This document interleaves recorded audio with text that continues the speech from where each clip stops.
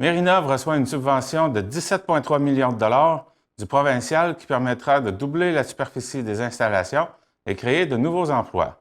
Ariane Aubert-Bonne a assisté à la conférence de presse.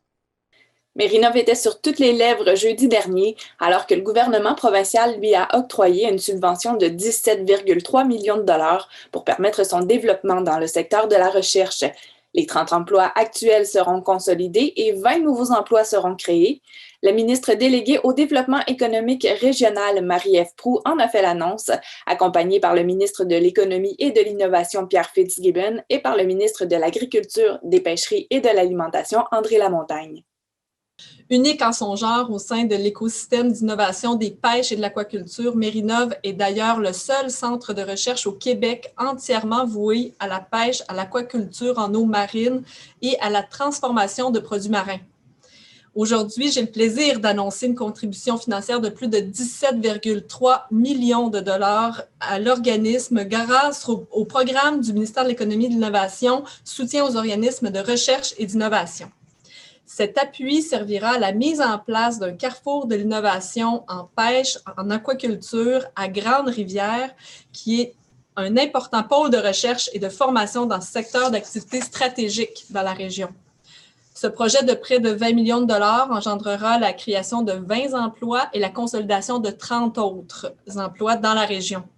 Concrètement, Mérinov procédera à divers travaux de rénovation et d'agrandissement afin de doubler la superficie de ces espaces de recherche. L'organisme pourra ainsi accueillir un plus grand nombre de chercheurs, d'étudiants, de stagiaires et de partenaires de recherche aussi. L'équipe hébergera aussi de nouvelles plateformes de recherche industrielle sur les espèces commerciales comme le homard, le crabe des neiges et les macro-algues d'ailleurs, où on a appris de M. Courtemanche ce matin qu'on était un petit peu en retard au Québec comparativement à d'autres pays dans le monde. Donc, je pense qu'avec l'investissement de ce matin, ça nous permettra déjà de faire un pas dans cette direction d'avancement. Ces travaux d'infrastructure permettront à Mérinov de consolider son leadership en matière de recherche sur les pêches et l'aquaculture. Comme ministre délégué au développement économique régional, je trouve qu'un projet de cette envergure puisse voir le jour dans une municipalité de 3 400 habitants est une grande nouvelle pour l'occupation du territoire et le développement économique de la ruralité. C'est intéressant de voir qu'un projet de cette envergure puisse aussi voir le jour dans des communautés plus rurales plutôt que dans les centres urbains. Donc, je souligne cet élément qui, comme ministre, est important. Et la raison pourquoi je suis ici ce matin en support à Marie-Ève, c'est que l'innovation est au cœur de mes préoccupations depuis que je suis en politique. J'ai eu la chance aussi de visiter les installations durant l'été 2019 et j'avais été très impressionné de voir l'étendue des travaux de recherche qui avaient lieu chez Mérinov. Donc, heureux de voir qu'on va pouvoir continuer à faire de l'expansion. Parce qu'en plus de créer des emplois de qualité dans la région, la bonification des espaces de recherche, ça va renforcer l'offre de services en aquaculture.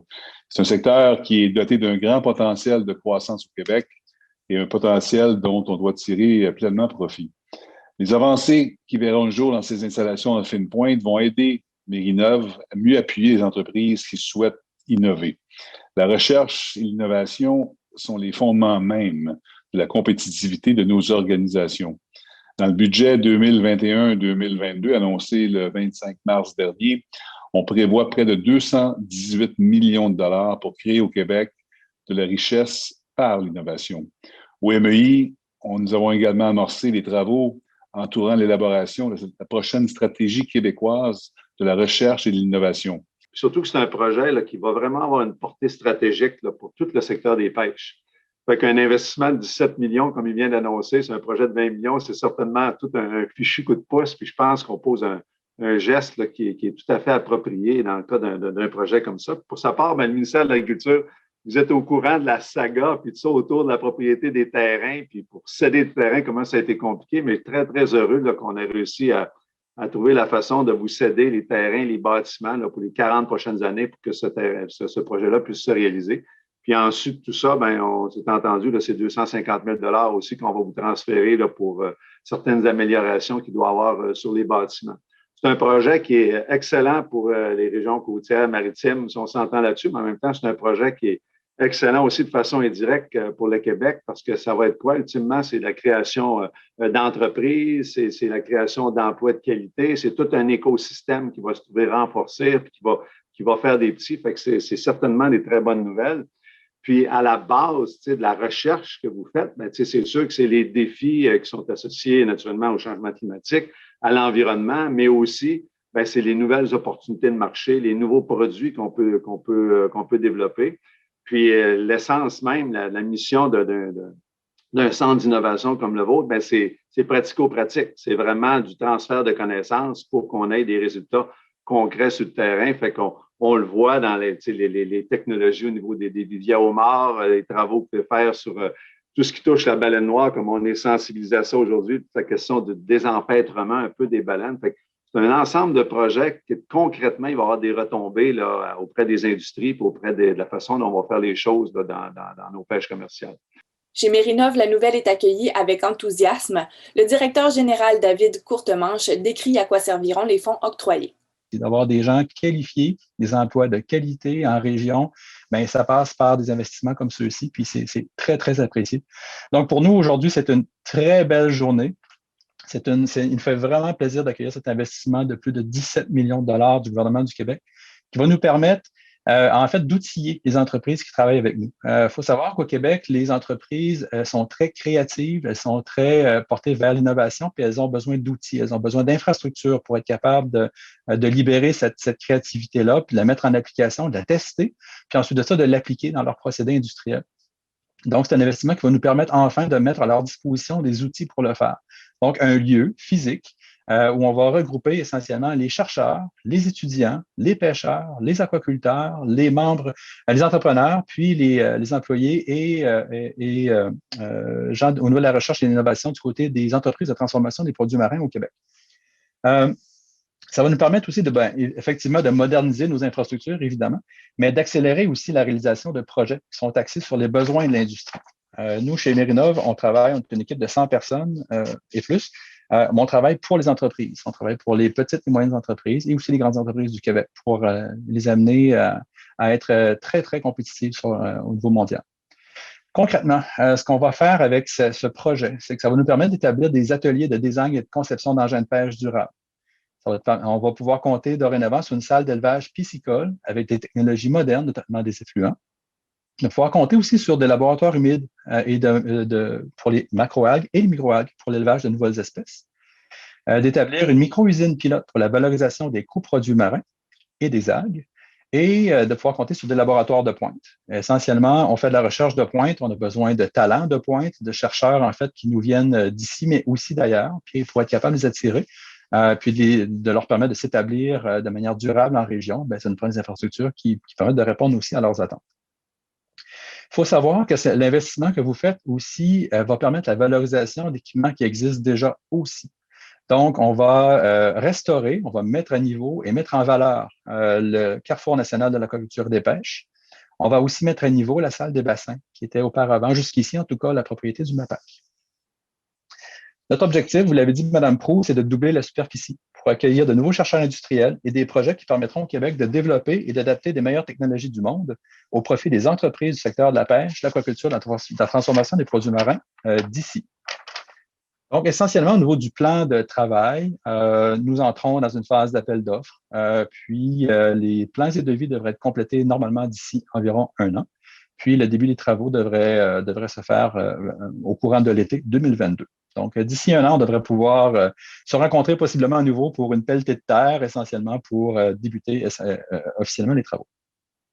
Notre ambition à travers le projet, c'est de mettre en place aussi un programme d'entrepreneurs en résidence. Donc, d'accueillir des jeunes pousses, d'accueillir des entreprises qui veulent démarrer de leurs activités, puis accompagnés par notre équipe, en fait, pour développer leur entreprise. Ça va nous permettre de créer 40 nouveaux projets d'ici 5 ans, des projets de recherche, évidemment, et de générer plus de 50 millions de dollars d'investissement privé en recherche et développement dans le domaine de l'aquaculture, des pêches et de la transformation des produits marins. C'est un projet qui ne pourrait pas se réaliser sans la contribution financière aussi du mouvement Desjardins, que je tiens à souligner ici. Donc, 200 000 sont offerts pour le projet via le Fonds du Grand Mouvement Desjardins et 50 000 de la part de la Caisse du littoral gaspésien de Grande-Rivière. leur implication à titre d'institution financière, évidemment, ça donne une crédibilité financière au projet, puis ça permet d'aller beaucoup plus loin dans ce qu'on veut faire. C'est un projet aussi qui va nous permettre chez Mérinov de renforcer le mandat de gestion du CCTT, donc du Centre collégial de transfert technologique des pêches, que nous confie le Cégep de la Gaspésie et des îles de la Madeleine depuis 10 ans. Le CCTT, en fait, nous permet aussi d'offrir des solutions innovantes à l'industrie.